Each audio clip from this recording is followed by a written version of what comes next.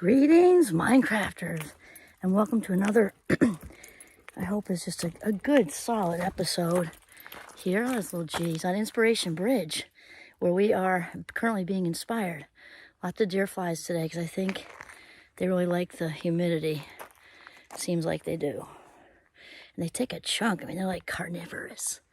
They are. They're crybabies. I guess you gotta eat, right? As long as that's not me up here in little G in the woods. Okay, let's get going with happy and healthy. That's really what I want to talk about right now. Happy and healthy. Happy is actually more important than healthy, as it turns out, when we're 90. And I brought up the famous Harvard study before. So it's a longitudinal study, which means it's gone on like for a really long time, through generations, passing through people's lifetimes. And so researchers kind of passed the torch to the next person. So it started out, I think, in the early 20th century. That's what I meant to say. Early 20th century. And it started out with all boys and men, 18 right up on through into their 70s, 80s, and 90s. And it's amazing what they found out. So the biggie, we're going to save for last, okay? So some of it we already know. Don't smoke anything, right? Which I'm just saying how it is. If you do, and I'm not judging, whatever. Alcohol within moderation. I know I like wine with dinner and stuff, but if it gets too much, there's a lot of adverse effects on the body and the mind, obviously. And exercise, it doesn't mean be a gym rat. Walking, actually, like I'm doing right now. Oprah and I walk every day. And, she's one of my dear friends. She just doesn't know. I walk every day unless it's lightning, or something comes up. But when you open the window, if something comes up, it gets easy to not do it. So it's like, I see a few raindrops. Maybe not today. No way. I put a hat on. I put my rain jacket on, my bright red rain jacket, and come out here anyway. Lightning is really the only thing. And then when it all turns to snow, it's easy. Snowshoeing and stuff like that. And, whatever, because you want to do it. And so, ouch, yikes. I mean, if you are a gym rat and that works for you, that's great. The important thing is it can't be like a military drill. It has to be something that you want to do. So if you're younger and you're into whatever, and you're into, league with, basketball, whatever, that's awesome. If you're in the season, part of the season crew, and you're 50s, I'm actually in my late 50s now. It's wild. It's great, too. It's just so good. Walking can be the best thing. My grandfather walked every day of his life and lived right up into his 80s. Happy and fine and no assistance needed right up till the end. Harry Truman, too. My husband's a huge Harry Truman fan. And Harry, same thing, walked every day. All right, so you get the walking thing. And eating right. My grandmother used to say balance. It doesn't mean you need to be a vegetarian or a vegan, unless you've got certain health, stuff. But for your regular situation where there are no specific, restrictions there, just being balanced is good enough.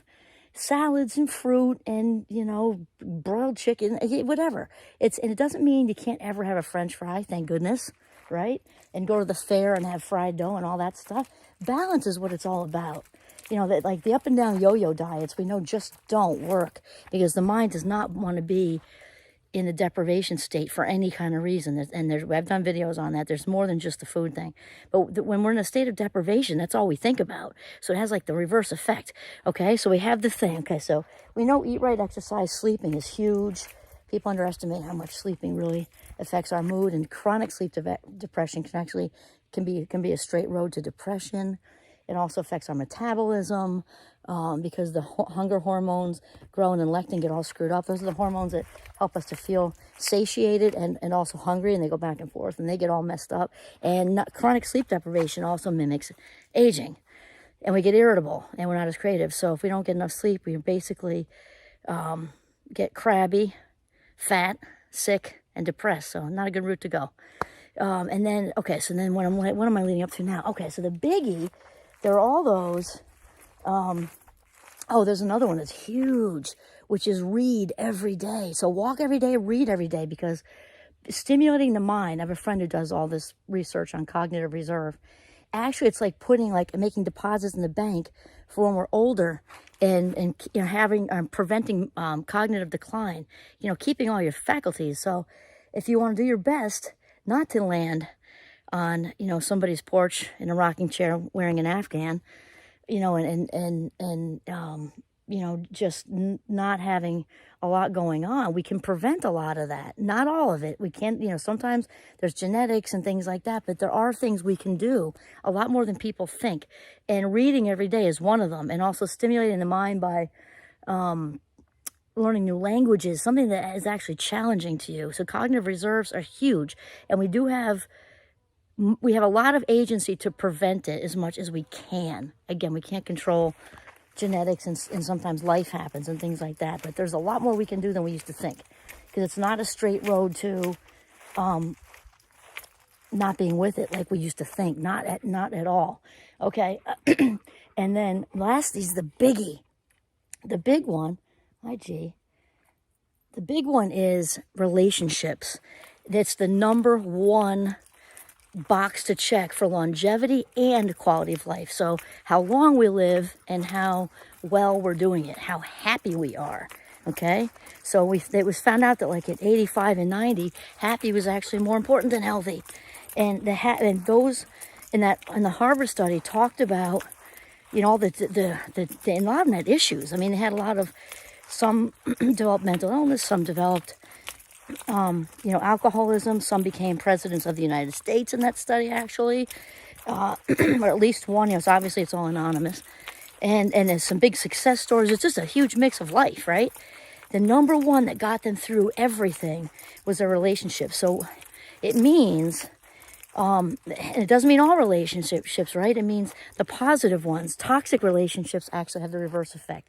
So in other words, staying married just to stay married. And I'm a huge fan of solid long-term relationships and sticking it out, and as much, definitely, unless there's a reason that just is toxic and you can't. Because staying married or in a long-term relationship that's toxic, or a long-term relationship that's not romantic, even a best friendship, or even somebody who's blood related, we've talked about that. And I'm talking about really toxic, like that person is walking turpentine. Okay, they need to go. I mean, like release, because that's actually has a counter effect where it's very, very bad and causes dis-ease, things like that. So we're talking about having people in our lives, and at least one where you can count on that person no matter what. It means you can call them at 3 o'clock in the morning and they'll listen and be there for you, or maybe come over if they're close enough proximity, but they'll be there for you no matter what. Non-judgmentally, they'll just get right in your rib cage and hear about your whatever's going on in your life, and no matter how painful, and not judge you and not tell anyone, and you can 100% count on them. That's what we're talking about.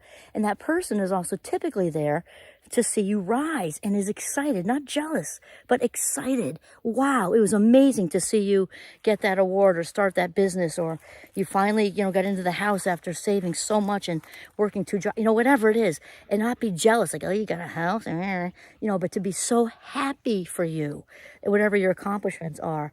And this is food for the soul,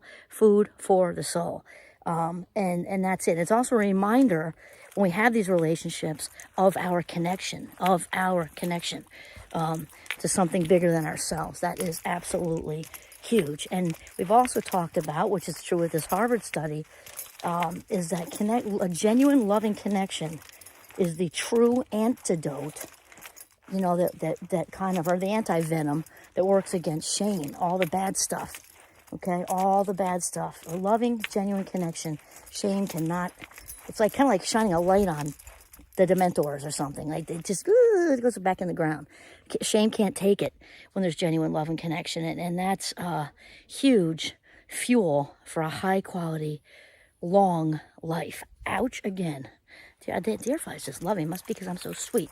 That's what Giovanni and I tell ourselves. Okay, happy and healthy. That's our discussion on this glorious day. All right, this is Kimberly Quinn signing up from the beautiful, deer fly infested northern Vermont. Have a mindful, happy, healthy day.